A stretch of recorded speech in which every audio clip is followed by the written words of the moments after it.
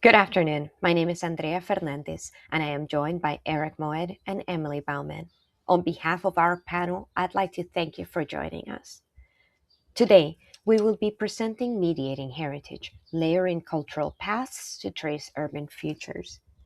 Our project examines how public space functions as a site of memory, interpretation, and engagement across three locations in New York City.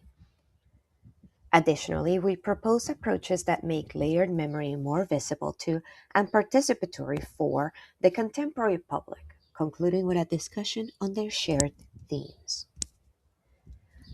Battery Park, Union Square, and the New York City AIDS Memorial share a common concern: how heritage is negotiated in public space. As shown here, the presentation moves from large to small, with each site offering a different perspective on urban memory. Eric will discuss how Bowling Green and Battery Park create New York City's mythical origin story. At Union Square, Emily will highlight the transitory meaning of public space due to participation and utilization. For my part, I will describe how St. Vincent's Hospital and the New York City AIDS Memorial bring questions of care, remembrance, and historical visibility into focus. Collectively, these sites suggest that heritage is an active process rather than a fixed inheritance. I will now turn it over to Eric. Hi, I'm Eric Moed. I'll be kicking off our tour of heritage sites in New York City at the southernmost point of Manhattan, the foundation of the city, the first area to be settled in the 1620s by the Dutch colonialists.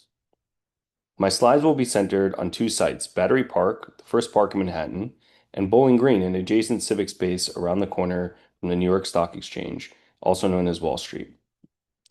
What we now know as Manhattan was previously the land of the Lenape and Munsee tribes, known as the island of Mannahatta, or the land of many hills, due to its topography.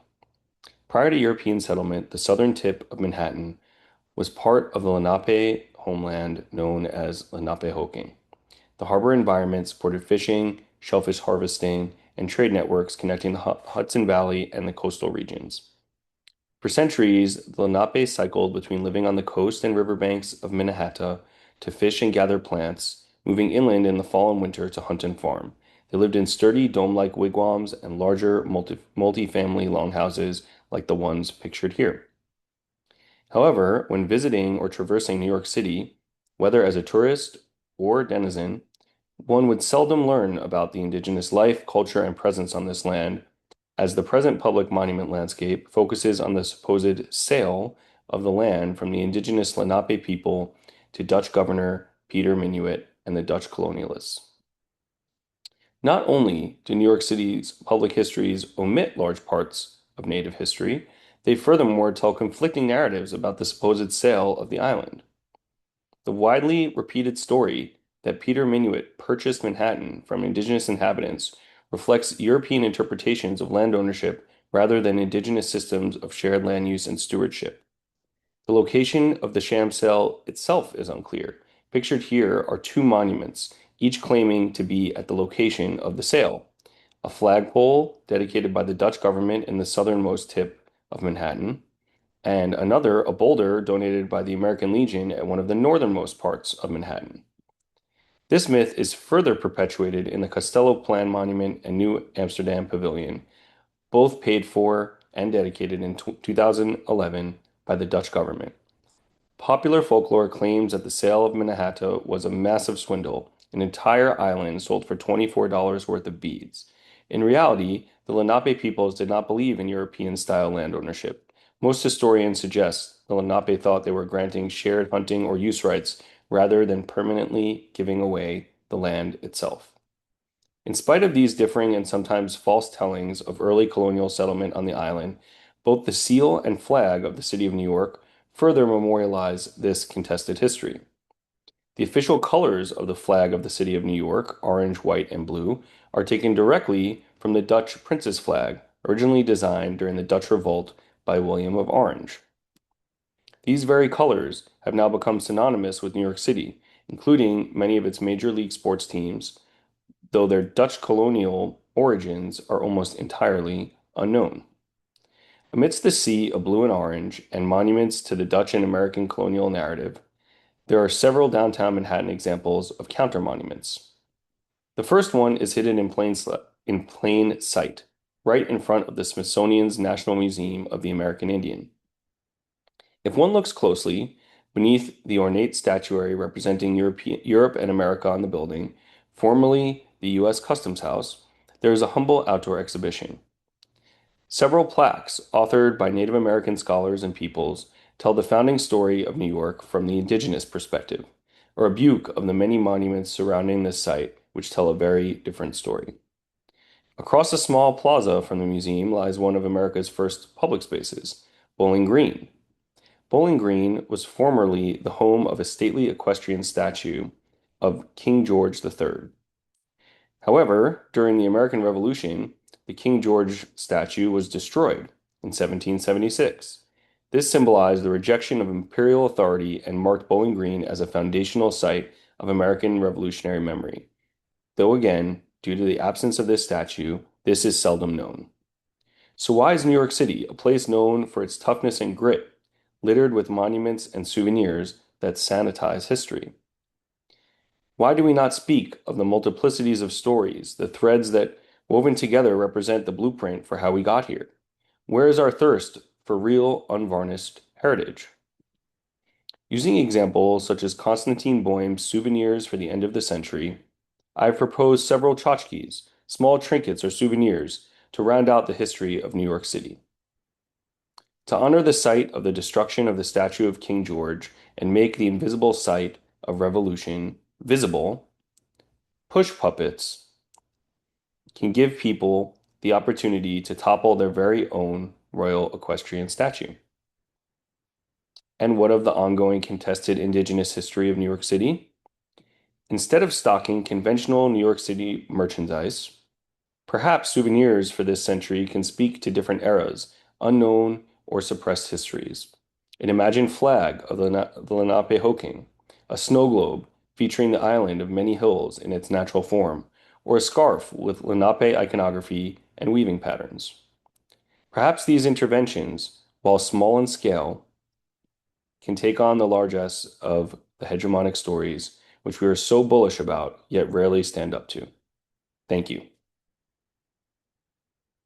I'm Emily Bauman. I will be bringing us farther up along Broadway from Eric's site at Bowling Green into an area of Manhattan that develops from a commuter suburb in the 1830s. Union Square quickly emerged as a busy area of commerce, public meeting, and sociability. Of the three sites we chose, it is the most actively utilized by its local community and the city at large. Named initially for its location at the intersection of two major thoroughfares, Union has been expanded in the cultural imagination to much more symbolic connotations. Its present form belies the multiple redevelopments and reorganizations that this small plot has undergone, presenting itself as if its current format is a given.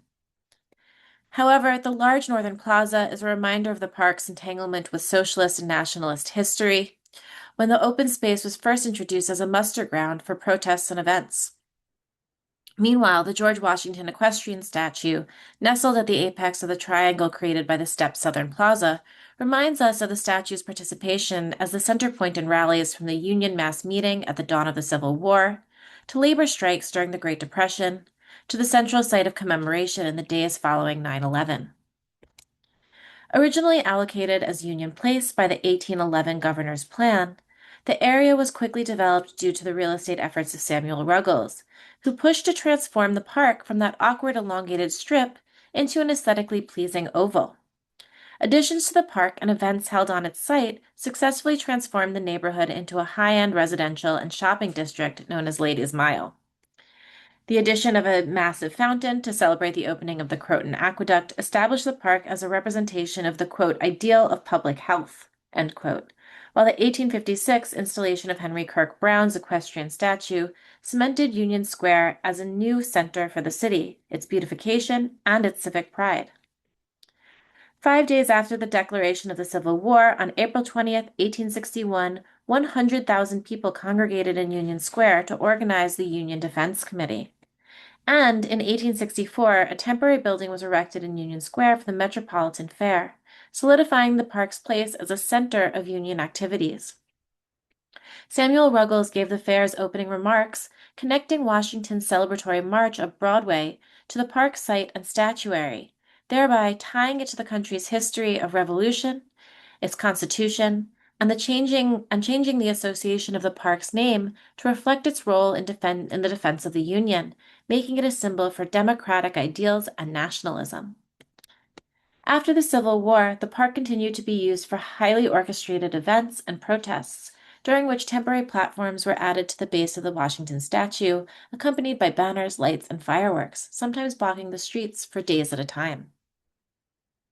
Olmsted and Vaux's 1872 redesign of the park reflected its growing use as a space for working-class protests and political gatherings by inserting a permanent muster ground at the north end of the park, fitted with a cottage that replaced the need for temporary structures, thereby cementing its use as a space of public discourse and gathering. By the turn of the century, the surrounding stores began to cater to the working class. The area became enmeshed in a clash between big business and labor rights, pitting capitalistic nationalism against socialist democratism. New York's first Labor Day parade was organized in the park by the Central Labor Union on September 5, 1882, again expanding its titular union to become synonymous with labor. Between 1900 and 1930, Union Square faced a prolonged redevelopment that made it a transportation hub. During this period, the surface of the park functioned as a mutable space for the performance of various bureaucratic ideologies, including the installation of a demonstration garden by the Department of Parks and a replica battleship recruitment center by the Mayor's Committee on National Defense. The unlikely pairing stood between 1917 and 1920 as a coded anti-working class monument to patriotism and private home ownership. By the end of the 1920s, the 3 blocks that lined the park's eastern side were the homes to S. Klein on the Square's downscale department store, the headquarters of the Communist Party of the United States of America, and the new Tammany Hall building, the center of the Democratic Party, each one representing vastly different ideological takes on the future of American civility and on New York's economy. By the late 1930s, the area cemented itself as the center of labor movements, hosting daily soapbox speeches. The park became known as New York's Red Square. By this point, the surrounding theaters had become burlesque and movie houses, and low-end department stores had eclipsed any remnants of the luxury stores that preceded them. Between the 1950s and early 80s, the area continued to decline, with retail spaces left empty and residences becoming increasingly low income. In the 1980s, it again became a center for the ideological vision of New York City, becoming the focus of a concerted gentrification effort by the mayor aligned with real estate developers to cater Manhattan to mainly white-collar use. Despite this transformation, it never lost its connections to grassroots progressive activism.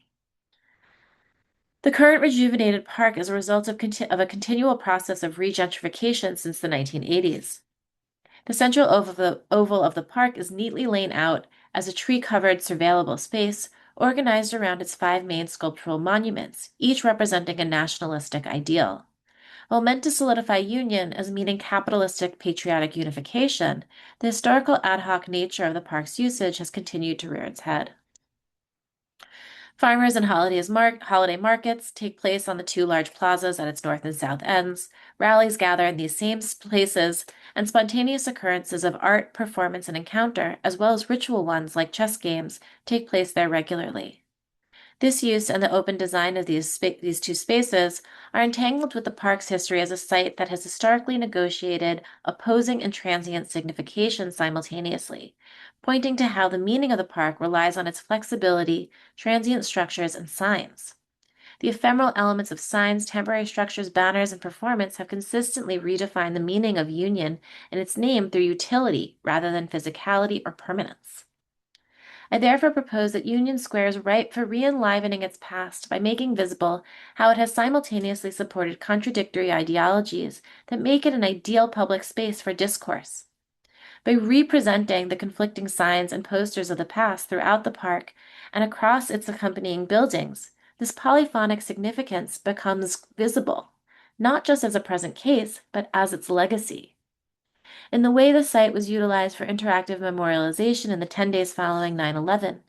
This kind of participatory engagement can connect the past to the present by offering ways to make visible the conflicting messages of its history and expansive reinterpretations of its own name, in order to point to how the park continues to hold space for contradiction through its malleability, thereby defining the park as a space receptive to its daily users' needs, desires, ideals, and voices.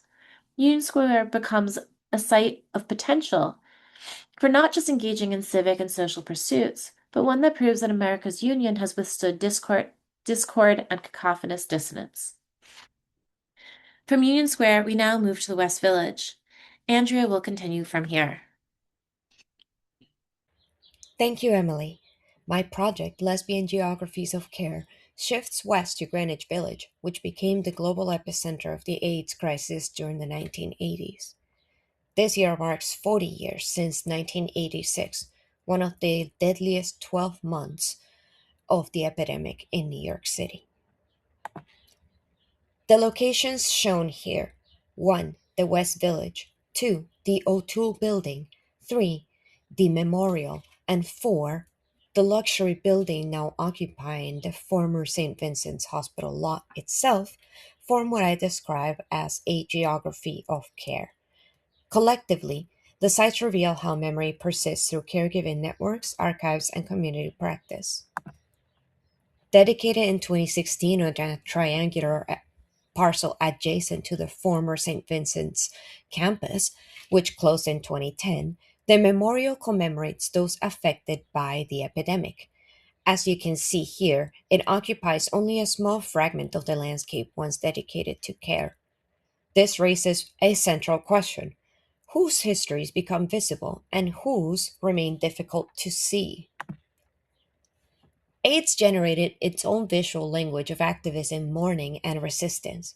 Groups like ACT UP and Grand Fury reclaimed the pink triangle, a symbol originally used by the Nazis to identify homosexual prisoners, and transformed it into a symbol of survival and collective action. Through posters, demonstrations, die-ins, funerals, and campaigns such as the Day of Desperation in 1991, artists challenged governmental silence and forced the epidemic into public view. These visual strategies made AIDS impossible to ignore. Yet, while activism became highly visible, it tells only part of the story. Alongside protests, there were also extensive networks of caregiving that unfolded within hospitals, homes, and communities. Today, St. Vincent's is gone. Most of the former campus has been redeveloped into luxury housing, while the New York City AIDS Memorial now occupies a small triangular parcel at its edge. In The Ghost of St. Vincent, a novel by Tom Eubanks, he describes the hospital as haunted by overlapping histories of care, loss, and transformation. The former complex signifies how heritage is continuously rewritten through redevelopment, memorialization, and public memory. Early media coverage framed AIDS through stigma, fear, and crisis. Institutional responses often dominated public discussions, while the experiences of patients, caregivers, and communities received far less attention. As a result, public understanding of the epidemic was shaped by what became visible and whose labor was recognized. One consequence was the marginalization and feminization of caregiving networks that played a critical role in survival. One group remains largely missing from these narratives: femme caregiving. This photograph offers a glimpse into the care work that often disappears from public memory. Lesbian nurses often stepped into roles that extended far beyond clinical care, providing medical treatment, emotional support, advocacy, and everyday assistance when many patients had been abandoned by family, employers, and institutions. Their efforts sustained patients, communities, and life itself. Care extended far beyond the hospital. It moved through apartments, support groups, community organizations, and city streets. At St. Vincent's, ACT UP demonstrations blurred the boundary between care, protest, and making visibility happen in a public space. At the same time, lesbian and gay communities built networks of chosen family that sustained them throughout the epidemic. These were infrastructures of care connecting people and places across the city.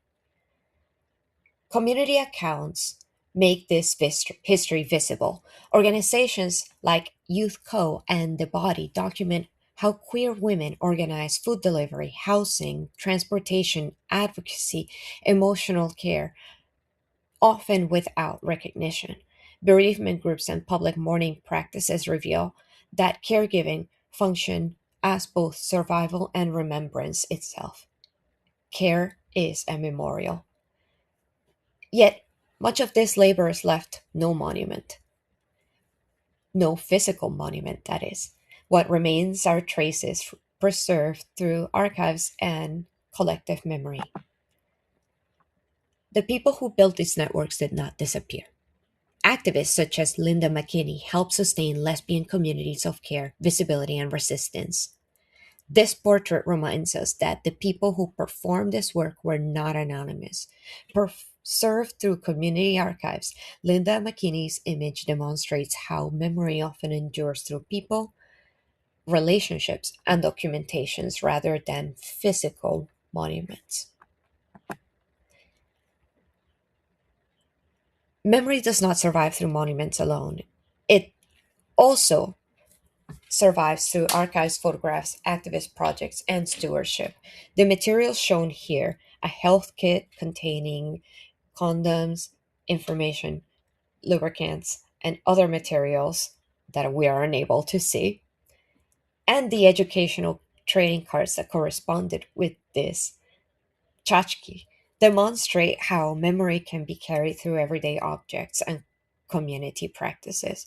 As Marita Strachan argues, cultural memory is produced through representation and public practice rather than a historical record. Projects like Play Smart and AIDS Famous keep memory alive with participation and engagement. Simultaneously, memorials can simplify histories that were far more complex, particularly those involving feminized labor and informal networks of care. In this context, caregiving becomes a form of memory work. Looking at the memorial again, we can begin to see both what is present and what is occluded. The labor that sustained the AIDS crisis remains underrepresented in public commemoration. The memorial acknowledges caregivers, yet the embodied physical hard work performed by lesbian nurses, partners, volunteers, and family of choice is largely invisible within the site's architecture. This is not an absence of memory, it is an uneven distribution of visibility. I describe this condition as an invisible, myopic memorial. These networks that connected hospital wards, apartments, archives, and activist spaces may no longer be visible, but they continue to shape how the epidemic is understood and therefore remembered. The communities that formed around St. Vincent's remind us that heritage is not limited to monuments and designated historical sites. It also survives in relationships and community care. The lesbian geographies that emerged during the AIDS crisis highlight how relationships themselves can become a form of urban heritage. Together, our three case studies suggest that urban memory survives not through static commemoration, but through ongoing acts of mediation and participatory investment. In conclusion, Bowling Green and Battery Park showcase multiple histories that coexist without ever fully resolving into a single narrative. At Union Square, public participation continually renegotiates the meaning of monuments, protest, and civic space. The caregiving networks that emerged around St. Vincent's Hospital and the AIDS Memorial demonstrate how memory can persist through relationships, archives, and community practice. Taken together, these sites show that public space is a terrain of contested memory, which can be revealed through creative interventions and participatory engagements with the sites. These proposals highlight how, rather than preserving a fixed past, heritage is continually made and remade through public engagement that can be activated to renegotiate collective memory and to illuminate the layered nature of historical pasts. Thank you.